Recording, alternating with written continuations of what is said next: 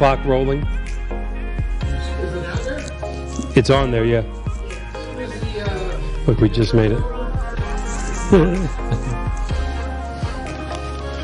So you'll start with me.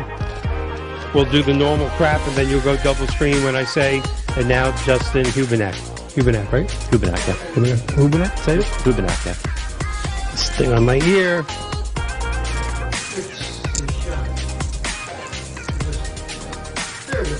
I'm bearing with it, don't worry. We're the ones that were late. You'll tell me 3 seconds before. This thing is coming off my ear. Does it still look okay? Should I be hearing anything through my ear? Okay. Okay. No pressure. No pressure. We got here 30 seconds before here.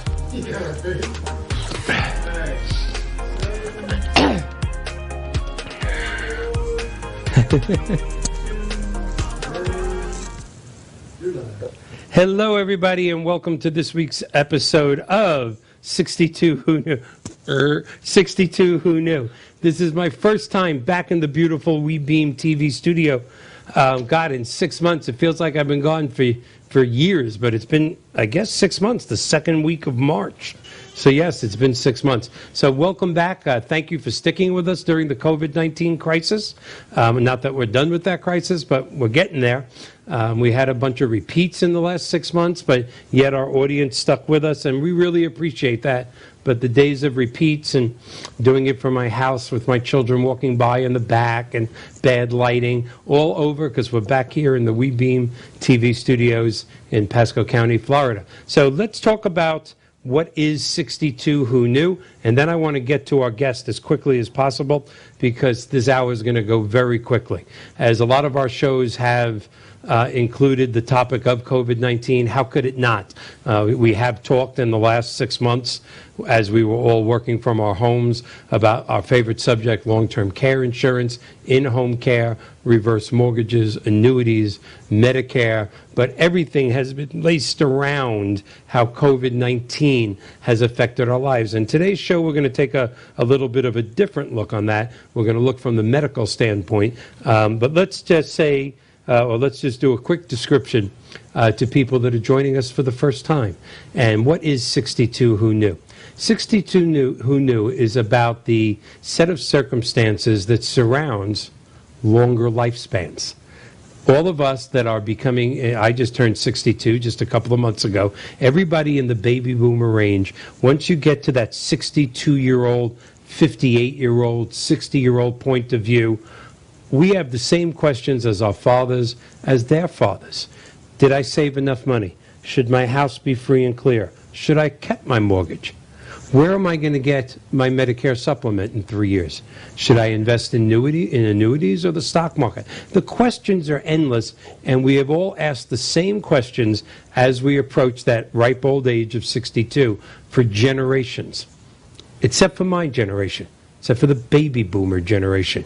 We have one different obstacle to overcome, and that is longer lifespans. Most certainly a double-edged sword, or if you would, a mixed blessing.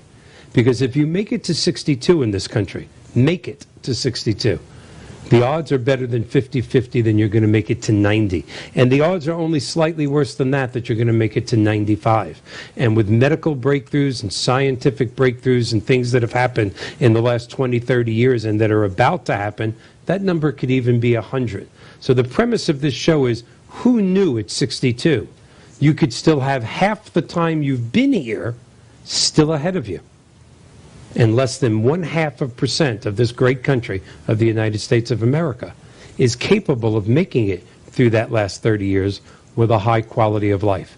So 62 Who Knew endeavors every week to bring on experts in long-term care insurance, Medicare, Medicare supplements, Medicaid, annuities, stocks, in-home care, health, vacation. Today, more of a medical point of view. That's what 62 Who Knew is about, and that's how we've grown in the last 16 months from from no viewers up to approximately 80,000 per week, and we thank you. And today's going to be kind of a special show. Today, our guest is Dr. Justin Hubenak? Why do I keep saying that wrong? Ubenak. Dr. Ubenak, oh, we got our double. I'm glad to see that. Dr. Ubenak, I have known now, when did you move in? A little over a year now. So for about a year, helped me through a medical crisis that we will not talk about on air, because it's terribly embarrassing. So we'll never talk about that on air. But Dr. Ubenak works in Morton Plant, downtown Clearwater, which has got a special place in my heart, quite frankly, because all three of my children were born there. Just an absolute great hospital. But I thought, since on this weekend, on this past Friday, our governor saw it clear to put us into phase 3 here in Florida of our COVID-19 comeback. And if you didn't know this, even though our show goes out throughout the country, throughout the world, the majority of our viewers are Florida.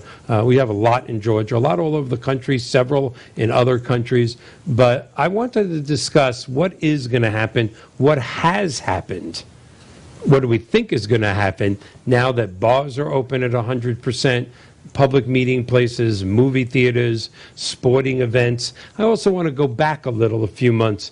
Half the world thinks, that when at the end of March, every hospital bed was filled to capacity. You couldn't get into hospitals. If you listen to, we try not to get political here, but sometimes we have to.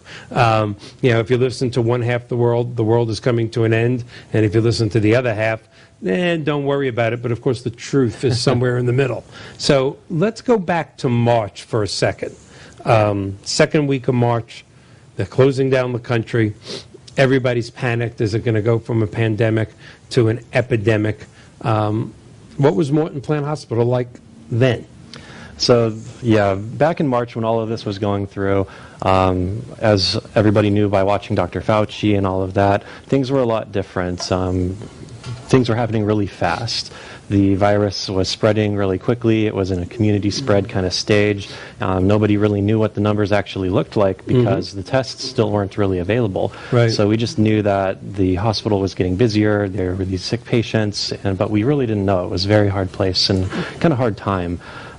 As far as the numbers, strictly speaking, especially during the lockdown, it was an interesting situation because we had two things happened after the lockdown. One was that the patients kind of just stopped coming in like on a very large scale. So lots of the healthcare system was actually at a decreased capacity because everybody was staying home. They weren't going out to bars. So you had emergency rooms running lots of times at 50% capacity, and what you ended up seeing was people in hospital systems sending nurses and PAs and doctors home because they didn't need that coverage. Lots of the media and places in general kind of saw that as, oh, this is fake, this isn't real, but really it was just the nature of everybody was just staying at home. So it created some interesting kind of conversations. And also, when it came to COVID, when we did have the testing early on available, lots of it here in Florida, at least, was going towards the nursing homes to try to protect them. So lots of the hospitals and the community didn't really have that ability to get good testing. So it was just a kind of tough situation. And now what happened? Let's say, we flattened the curve. We opened up at 25% restaurants, still no bars and restaurants. No bars whatsoever, no live sporting events. Then we went to 50%. Still, the curve was flattening. But then July, suddenly, it seemed like in June, if we had 2,000 people a day, we were like, ah! And then suddenly in July, it was 10 and 15 and 20,000 new cases a day. Again, were the hospitals filling up? Were deaths going up? Or was that... again, the left would say, I hate to say it, but I'm going to, it's because we did such a bad job of doing this. The right would say, no, we're testing more people, so more are positive, don't worry. And again, I personally think the truth is somewhere in the middle. But when we had that huge spike in July, again, I know you had a whole wing of a hospital prepared. Was that wing filled? Were people dying in the hallways like some people saying they were? Yeah, so I think that we in Florida, at least here where I'm at specifically, we didn't have it as bad as some places. The hospital that I was at was getting a lot of the cases from the community, and they were trying to keep most of the cases centralized in certain hospitals to try to keep them isolated from other aspects of the community, other hospitals. But we converted multiple wings of our hospital specifically for COVID with negative pressure, very specific kind of requirements to keep everybody safe. Lots of things that actually proved to work very well. But were they full? They definitely were not full. They were busy. We definitely had an uptake and an uptick in cases the entire time, but I wouldn't say we are ever at capacity. Lots of the hospital system is actually designed somewhat around running at very close to capacity at a normal level, say 70-80%. So because of the decrease in cases overall, because everybody was staying home, it was actually somewhat balanced out by the uptick in COVID cases. So we never really saw that maxing out of our resources. We always had capacity. Our ICUs did. There were some stories in the news about how we're running at 100% plus capacity in the ICU.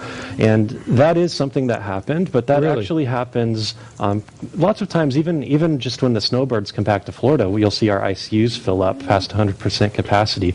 The way the hospital's designed is it's designed to expand into other parts of the hospital if it needs to. They can take over the PACU for anesthesia care, which is important because elective surgeries we were not doing them at the time. That's right. So we had that space to use as an ICU if we needed to. So although it was somewhat busy and the numbers were going up for COVID, we were definitely not maxed out. Especially in July, we weren't maxed out. Yeah. And do you think Florida, I know this is an opinion question, it's a personal opinion question. Again, half the aisle or one half of the aisle says we did a terrible job in Florida preparing for this, and the other half of the aisle said we did a fantastic job. I think time will tell that. What's your opinion, as a doctor? Did we do decent? I think we did a decent job. Yeah, so of course with these things it can kind of go both directions. I think that overall we benefited here in Florida from seeing what other places had done, seeing what had happened in New York, and seeing the level of just healthcare utilization and problems that they had up there. We were able to take the lessons learned from the response in New York and apply it to what we were doing as a whole in our healthcare system. We really focused in Florida on protecting the nursing homes, and I feel like just by the numbers that we were seeing, that was by and large the right response to this crisis. We did have patients in the hospital that were staying much longer in the hospital because the nursing homes were just closed and locked down. We couldn't place our patients from the hospital into nursing homes. So that is one of the downsides, but because of that, we didn't see the same death that certain parts of our country did see. And that, I feel like, really, really helped us have a much better response.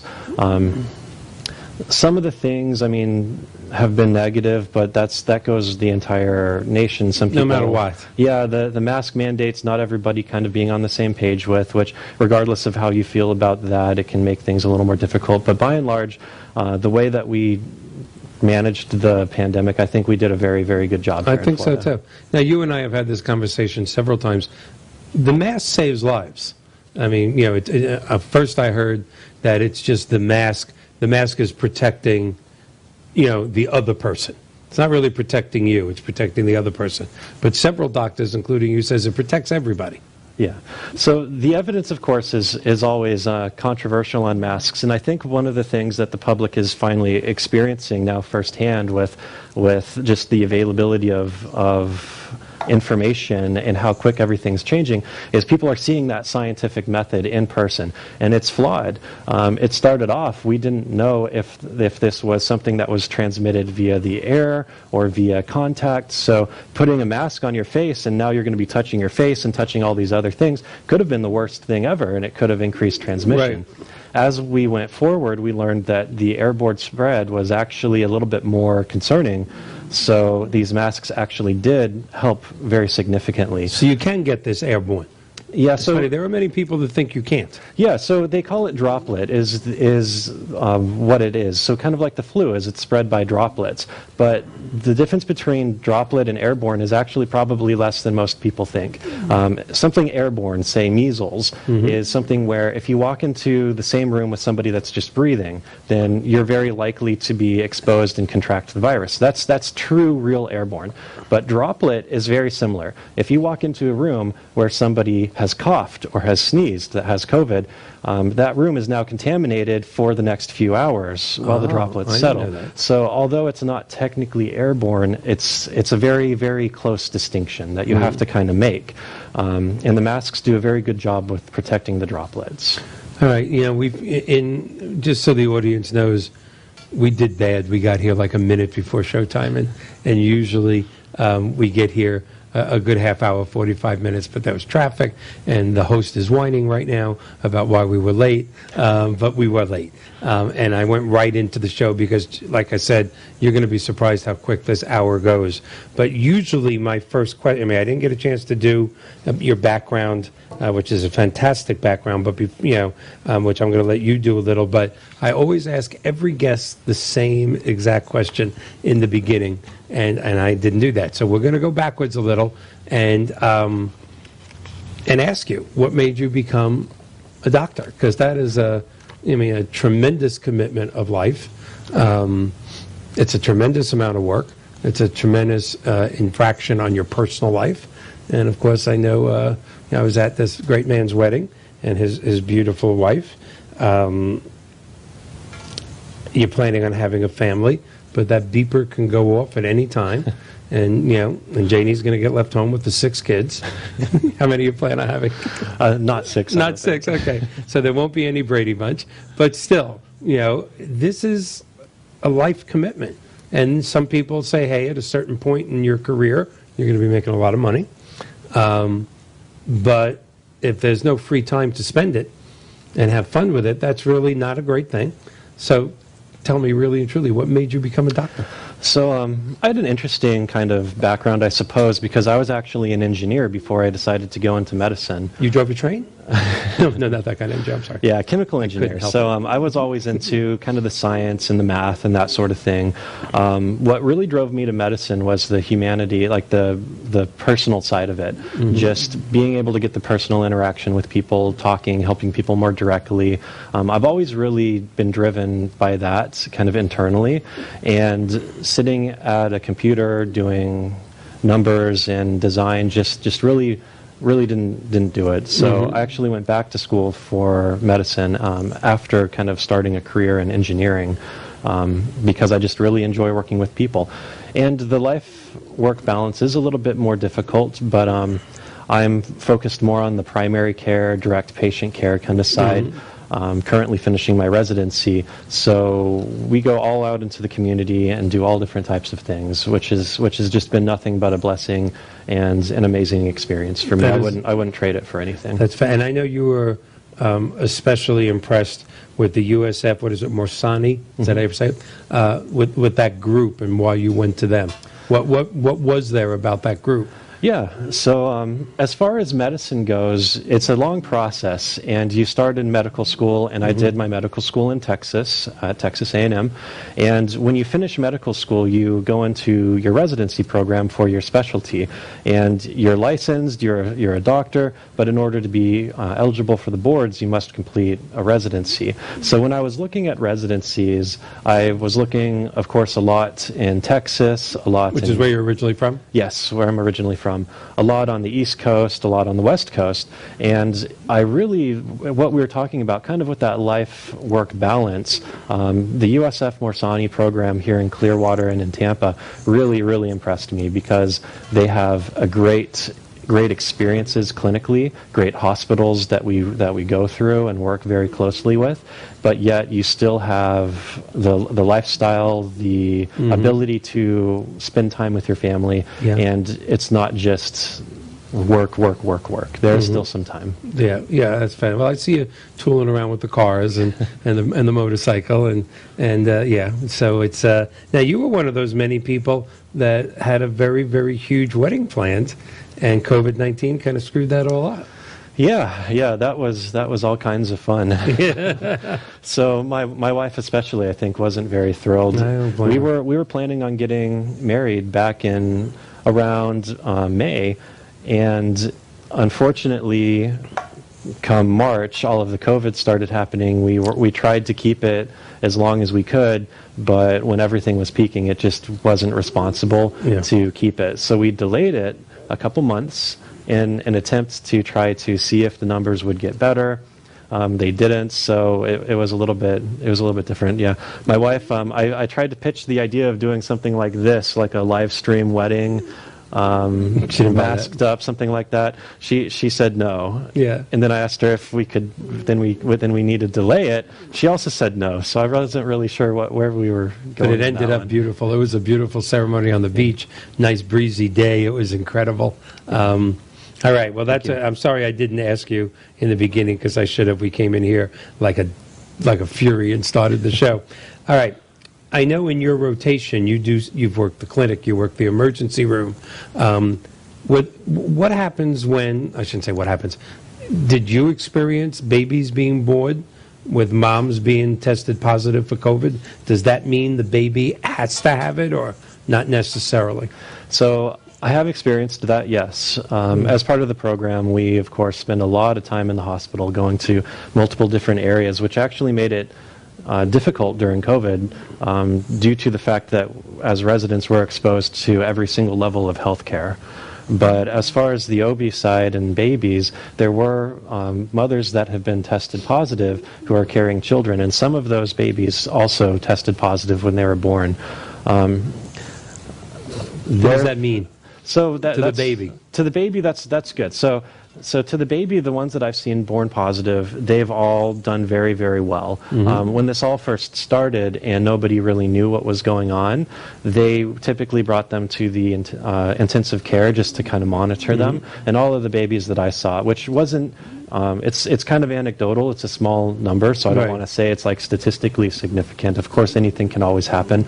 But in the small number of babies that I did see born that were positive for COVID, they all did very well.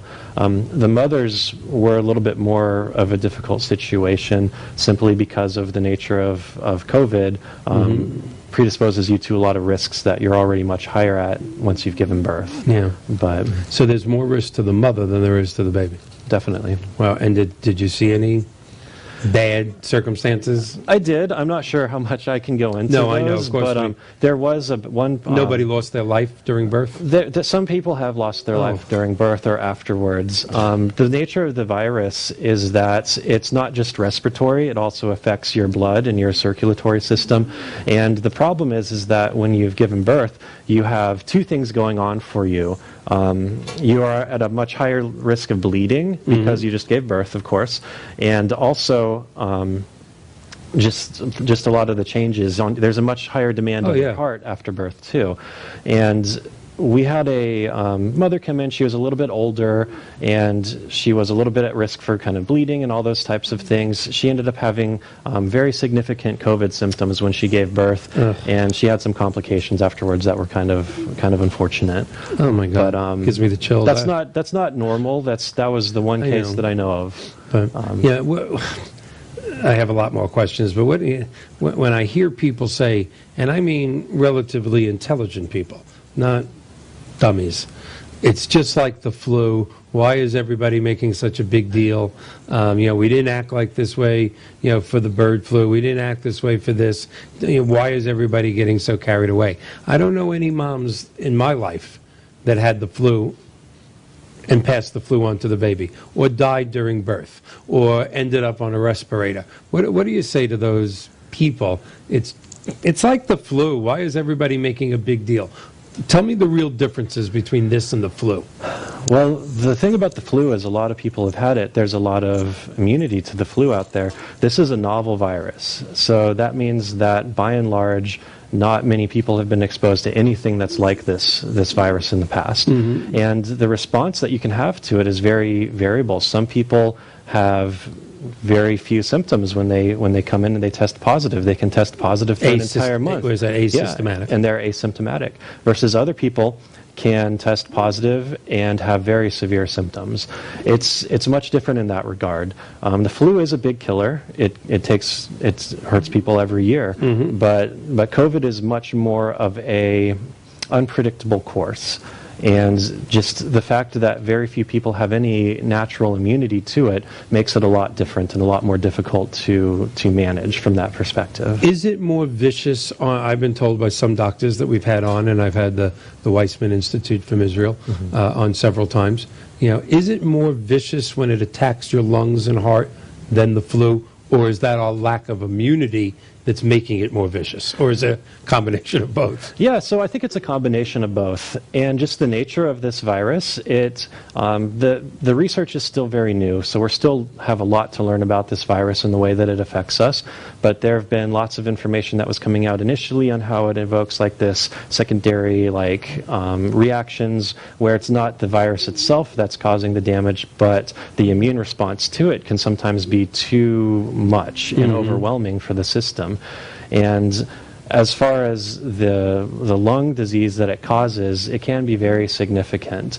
And also just the way that affects your blood as well with the clotting can also be very significant. And now, does the flu do that or no? Affect your blood? Flu generally doesn't affect your blood in the way that this does. What we've seen is an increase in certain serum markers related to clotting that predisposes people to heart attacks and strokes and basically PEs or pulmonary embolisms due to blood clotting disorders. Patients, not everybody has those effects, but the people who do end up on high doses of anticoagulation in the ICUs trying to combat that side of the disease, which I would say is, when it comes to people who have bad outcomes with the disease, it's nearly just as difficult as the respiratory side. Right. Initially, everybody was trying to build up ventilators for these COVID patients. There's been a sway in the way that we manage COVID patients, in that we're trying to keep people off of the ventilators. We're doing things like BiPAP and positive pressure ventilation. What is BiPAP? It's basically a less invasive method of ventilator. It's not completely taking over your respiratory system. It's just assisting your breathing. Right. But we've learned a whole lot in how to manage the respiratory side of the disease, so I think we've gotten a lot better. But it can be at least much more severe than flu. Yeah. Now, a couple of people have also suggested, I've read about it, it's kind of amazing to me how although it's a political topic constantly, even though we're nowhere near the end of this pandemic, suddenly other things are taking preference in the news. It just kind of shows how this country is. I mean, 3 months ago we all could be dead and blah, blah, blah, blah, blah, and now it's, what's going to happen on the debate tomorrow or the social unrest in the country. And most certainly these are important things, but suddenly the pandemic has taken, is not the everyday news cycle, yet it still is with us. I mean, there still is, tens of thousands of people per day testing positive. I think we just passed the 1 million mark. Let's talk about for a second, before we get to the validity of testing. Do you think we're going to see an uptick in cases now that Florida is going to open its bars and restaurants are going to be at 100%, and football games and football games. Hopefully not hockey games, because we'll win Tuesday night and that'll be over. But do you think we're going to see an uptick in cases? So I definitely think that whenever you put people in close proximity to others, it's going to affect the spread of this disease and this virus. So I think that it's likely that we'll see an uptick in cases. Luckily, lots of the people that are going to bars, are going to lots of these events, are probably healthy patients, healthy people that really don't have so many pre-existing health conditions. So I think that it, at some level, is up to the person to decide their individual risks. But in terms of just the numbers and the way it's spiking, like you were saying, absolutely, it's a very interesting phenomenon. I know that on my way to the hospital, I drive by one of the drive-through testing places. Oh, you were telling me, yes. Yeah, and it was really interesting, because for every day for a week, I went in and I'd see maybe one car, the nurse there doing nothing, playing on her cell phone. And then there was a news story that came out on the Sunday evening news about how cases are up in Florida and it's the new hot zone and everybody's getting COVID in Florida.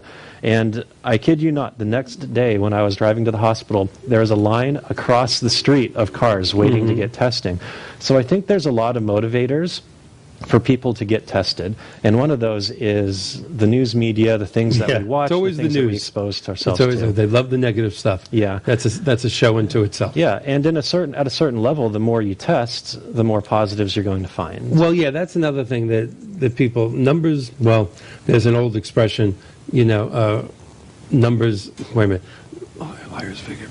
Figures don't lie, but liars figure. That's it. That's the thing. I mean, if you're going to go from testing 1,000 people a week to 100,000 people a week, which is basically what we did, you have to have more positive cases. Yeah. That doesn't necessarily mean that the pandemic is growing. It could have been the same for the past month. We just didn't know. Yeah. Now, it could be growing. I give them that. But for those people that were out there screaming, that's it, Yeah. we got to change this to an epidemic. No, that wasn't true. I think a much more accurate thing to look at is the death rate. Yeah, and that's all that counts. Yeah, and it's a trailing figure. So the thing about the death rate is it trails. You're going to have, if you have a spike in cases, the deaths are going to come weeks later. So you don't always know exactly where it's at, but it's a much more telling figure because it tells us how we've been dealing with this. And the death rate, despite the peaks that we've had here in Florida, has been, for the most part, very, very consistent and very kind of stagnant. It hasn't really gone up as much as you would have expected because of that peak.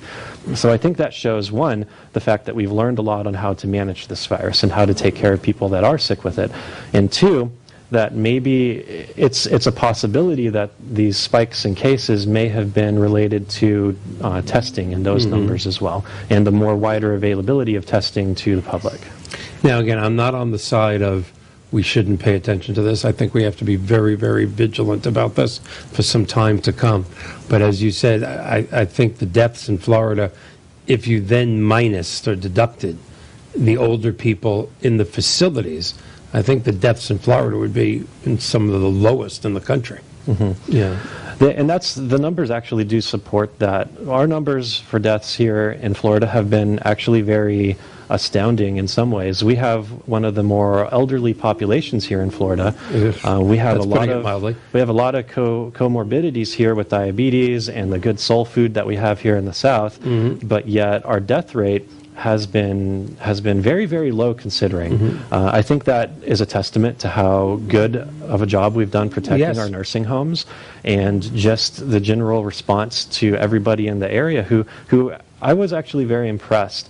Despite people maybe not wanting to wear the masks and the pushback, they were still wearing them. They were still kind of doing their job to their community. And I think that helped a lot protect the people that were at the highest risk when we were in that kind of phase where we still didn't know a lot of the answers, which were still there in a way. All right. And before we get to testing, which is a big topic, one of the things that worries me with 4 grandchildren is months ago, it's impossible kids can't get it. I mean, we maintained that from March through maybe last month. It's impossible. They might be carriers, but they can't get it. There's no risk. Get these schools open. The kids got to get back. And now they're saying that it is mutating and it is going towards younger people. So number one, it is mutating. It appears the medical community agrees with that. It is mutating. How do you keep up with it? That scares me. The word mutating is on every science fiction show, and if mutating is in the script, things bad are going to happen. Nobody mutates for the good. Well, that's not true. The X-Men did. But other than the X-Men, nobody mutates for the good. How do you keep up? How do you do a vaccine for something that's mutating? And I know you can't get in trouble. You work for a huge company, and I don't want to put you in that position. Young people are getting it, aren't they? Younger than 3 months ago, 6 months ago? Yeah, so definitely young people are getting it. There's a question about how should I say, what that means. Lots of young people have strong, what's called adaptive immunity or T-cell immunity, and that's what everybody knows. When you have a kid, they're going to get sick all the time, but they have a very strong adaptive immune response, which means that their body is great at looking at these new infections infections and creating antibodies and fighting it off. Much, much stronger actually than adults. When you're an adult after a certain age, your immune system shifts to a long-term immune system using antibodies. So you're not as good at fighting new things, but you're actually very good at not getting sick because you have all these antibodies. Children, although they're susceptible to a disease just as much as anybody in contracting it, lots of times you don't see children have symptoms. One, they have a lot of respiratory reserve because they're children. So maybe they're affected, but they can just power through it because they're younger. They're not sick. They don't smoke. They don't. Hopefully, they don't have all these other kinds of in France, concerns. they start smoking like in kindergarten, but not here in America. Yeah, we won't get into that. But definitely, the kids don't have as bad of a time with it. There are cases, of course. There's always going to be outliers. There's always going to be a kid that has leukemia or something that's going to be very negatively affected. But by and large, kids are safe. Kids are very safe. But they can bring it home to their parents or grandparents. They can. And that's one of the biggest driving factors for should we reopen schools and lots of this distance learning, I feel, is the fact that if children do contract it, if they do happen to be contagious, they can bring it back home, and the home spread becomes a little bit more of a concern. All right, so I'm going to ask you a question, but you're allowed to say, I don't want to answer this question. This is a discussion I have with my older daughter constantly. If you and Jane had children today, would you send them to school, or would they be doing virtual learning? Oh, they would absolutely, without a doubt, be going to school. They wouldn't be doing virtual learning. No. I like hearing that. I really do. Yeah. I mean, but it has to kind of, I feel like, be qualified with, we don't have any elderly members of our family living at home with us. Just elderly neighbors. Right. I think that it's very low risk for kids going to school that are actually going to struggle with COVID. It's more or less the people that they will be seeing at home that might be more affected by it. So every case is going to be a little bit different, I'd say, and you need to use just your best judgment. Yeah. I'm sorry, go ahead. More thoughts? No, and this is always changing, of course. Yeah. So the recommendations today might change. There might be more to the picture that we're not seeing yet. So somebody with COVID-19 that's asymptomatic, touches the refrigerator handle to get a glass of milk or whatever they're getting. Then I come along at 62 years old with type 2 diabetes, slightly overweight. Remember, the camera adds weight. I have a lot of cameras, too, so it's everywhere. And then I go and touch it. Is that how you... And then I do this. Is that how you contract it? Because a lot of people think that's the way you can get it. That is a way to contract it. The evidence and the studies that I've seen up until this point have shown that, by and large, the primary vector of this virus is through the air and through the droplet transmission. But it is possible to contract it from surfaces. So the best way to prevent that is not necessarily wearing gloves. You have hands that are covered in skin, which are great gloves to begin with. The best thing for people to do is just wash their hands frequently. And sanitize the handle. And sanitize things, exactly. If the person that touched that refrigerator door had washed his hands after he coughed or sneezed, then he wouldn't have had a chance of getting any virus on that surface. And if you, after you touch that handle, wash your hands, you now have made it so you're not going to contract it too. Or at least so it's not an instantaneous, you got it. No. Okay. No. Stacy, you listening? Okay. Yeah, because that's an argument I have with people in my family. Being above 62, having diabetes, having a couple of other risk factors, weight, blah, blah, blah. My children, God love them, have been, because they're always running to you for a question. His dad just touched this. Is he going to die? And I'm glad they're overreacting. That's a sign of love. But God, I sat home for 4 months, and I don't know if you see this maybe in the emergency room. Do you do anything on your rotation with psychological things? I do. We do. I got to tell you, I'm an up person, type A personality. I'm a motivational speaker. When I was sitting home for 4 months, there was just, I couldn't believe it. I got to my limit of how many Star Treks and Supermans I could watch. I watched NCIS for the millionth time, and there's no better, judge of people than Leroy Gibbs. There's just no way to get around it. But I actually got to a point that if I don't get out of this damn house, I'm going to go crazy. And I think that's affecting the country right now. I think the combination of the COVID-19, of quarantine, wearing a mask that makes everybody's glasses fog up, quite frankly, the social unrest in the country, this maniac presidential, election, which I'll say it again, whoever wins, the country loses, I think has got a lot of people just like, what the hell? What's next? And do you see that? Yeah, so in my continuity clinic, which I see patients on a regular basis that I've been seeing for the last 3 years since I've been at this program, the same patients, lots of my patients were doing well. Maybe they were trying to cut back on smoking. Maybe they were depressed or had anxiety issues, and we were trying to get them in a better place. I've definitely seen these other conditions, these anxiety disorders, these depressions really resurface, and very strongly. People who are making very good headway and doing much better have reverted back to smoking 2 packs a day, have gone back into needing more heavier medications to manage their other conditions. In some cases, we've seen an uptick in suicides and attempted suicides. Wow. We've seen a lot of different things that aren't really talked about as much as kind of a side effect of these isolation and nobody's these talking about that on the news. No, unfortunately not, because it's a real thing, but it's also something that's really hard to quantify because you don't have a test that can show how much this has increased. But you talk to any of these teenagers who are going out and making bad decisions right now because they're not able to, in some ways, STDs are up in certain age groups, which you would think that if they're socially distancing, that would have gone down.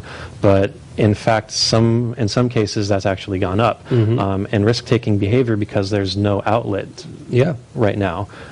With everything closed down, it's just made it very difficult. I mean, I was far from skinny 6 months ago, but I put on 20 pounds in the 4 months that I was home, 15, 20 pounds. That was, and I knew I shouldn't, but what else are you going to do? And even, I went to the gym Sunday for the first time in 6 months. And, I even asked you, do you think I should? And I wore my mask in, and I'm going to give a plug to Planet Fitness because they're doing a great job. Not that other gyms aren't, but that just happens to be, where I belong. That the place is sanitized. You have to wear your mask when you walk in. You have to wear your mask until you get to whatever you're doing. You can take your mask off while you're exercising, but then you have to put it back on. You have to sanitize the equipment that you use. I think they're doing a great job, but.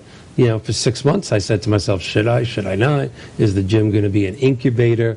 The gym's an incubator under the best of times. You walk into a gym, it's not like walking into, the perfume counter at Macy's. It's more like working into, I won't even say it, more like a locker room. But that's what a gym is supposed to be. It just seems like everything's a risk that you want to do. Everything is a risk. What I try to tell most of my patients is you still have to take care of yourself. You can't let it get to you and let your other health concerns take a back burner just because of COVID. Some things are, of course, lower risk. I feel like people can easily go, especially in Florida where they allow you to, you can still go outside where there's plenty of spaces, socially distanced. You can walk, you can ride your bicycle. You can do a lot of things to stay active and get outside.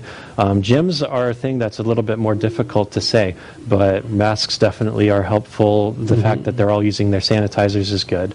You're a big believer in masks.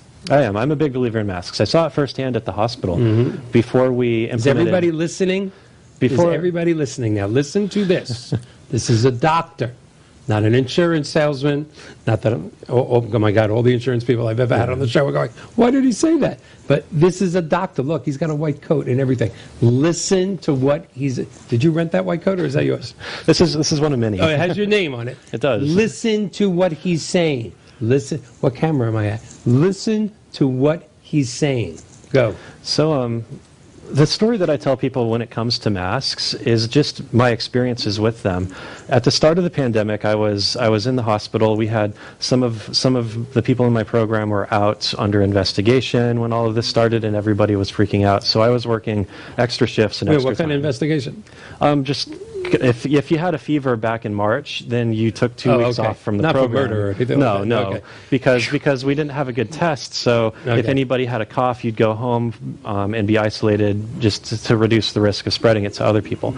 But I can tell you that when this all started, there was a mask shortage, and Oh, yeah. and at many of the hospitals, they were actually trying to keep people from wearing masks because the CDC hadn't come out with their guidelines yet. Nobody really knew. And we saw a good amount of hospital transmission. Not a lot, but we saw enough to make it so that they changed the rule very quickly to requiring masks on everybody that walked through that door. And very, very strong compliance. Even when you're in a break room, they were requiring masks. And almost overnight, there were no more hospital transmission. Our hospital went from nurses catching it here and there occasionally to literally nobody, no hospital So transmission. mass work, case closed. Yeah, that was good evidence for me. There's actually lots of evidence out there saying that even once a vaccine comes out, a mask may do a better job at preventing transmission than even a vaccine. So that's, of course, nobody knows yet. I'm not saying that the vaccines are going to be bad, but that's just a testament to You how... don't own stock in a mask company? No stock. I'm going to go buy some now that you said that. But they do work. They work, especially if you use them effectively and yeah, I see people walking around with the mask here, but not at their nose. And isn't that the same thing as not wearing a mask? Yeah, that's probably not doing quite so much. Yeah. But you got to use it right. And it does help protect you a little bit. It really helps protect other people, but you do get some benefit for yourself as well. The best masks to protect yourself, if you're really at high risk, are the ones that fit your face the best. So the N95s, the ones that will actually cover your face, those ones are the best ones to protect you. The normal cloth masks are going to be very helpful for protecting other people. So yeah, and I know one of the things, one of the many talks we've had in the last couple of months. I mean, what happens when you get any type of surgery? What are the doctors and nurses wearing to prevent infection? Masks, isn't? I mean, you're the first person to say that to me.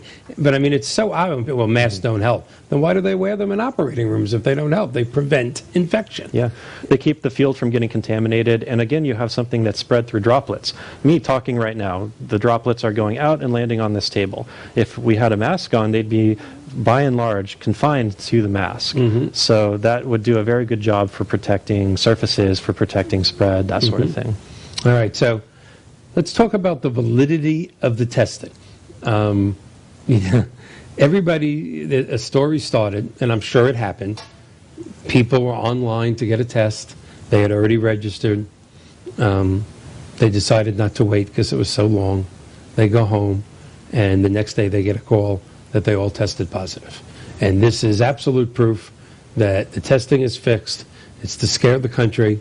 Suddenly, everybody I know has a friend that happened to.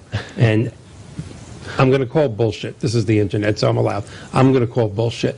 Could it have happened? Yes. But as soon as that went on Facebook, as soon as that went on LinkedIn, everybody in the world went, oh, I had a cousin that happened to. He didn't even get a test. He was positive. There's nobody rigging the tests, I don't think. Now, do I think, I'm just going to say it, that the left is pouring it on, how bad things are to try and get their guy elected? And do I think the right is playing it down to keep their guy elected, trying to be even here? Yeah, but the testing is valid to a degree, isn't it?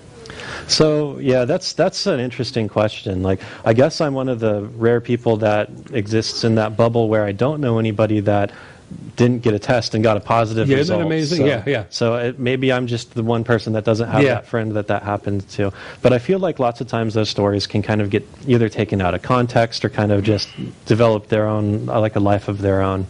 As far as the testing and the validity goes, I mean, no test is perfect. The flu test that we give you in the clinic is very, so there's two numbers that we look at for tests, the sensitivity and the specificity. The sensitivity is the chance that, so if you have a 90% or 99% chance of having that, if it's positive, you have the disease. saying this wrong. So right. sensitivity and Take two. specificity. Yeah, take two. So the sensitivity is basically the chance that if the test result comes back positive, that it's not missing it. So if it's negative, you're definitely negative. If it's positive, you may or may not be positive. So it could be a false positive. It could be a false positive. That's not designed, a false negative. But not a false negative. That's Okay, that's designed good. because we don't want to miss positive cases. Right. We would rather tell you that you're positive and you end up being negative Than vice versa. So the specificity is telling how specific it is, and that's telling, okay, how true is your positive? And most of the tests, especially the initial ones, were very sensitive. So they did a great job telling you that if it was negative, it's actually really negative. But they weren't always the best at being accurate if they were positive.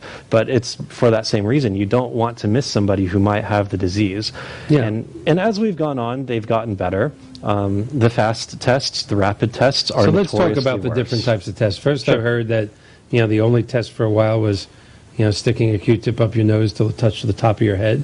And everybody I know that had it came back traumatized. Then some people going, it's not that bad.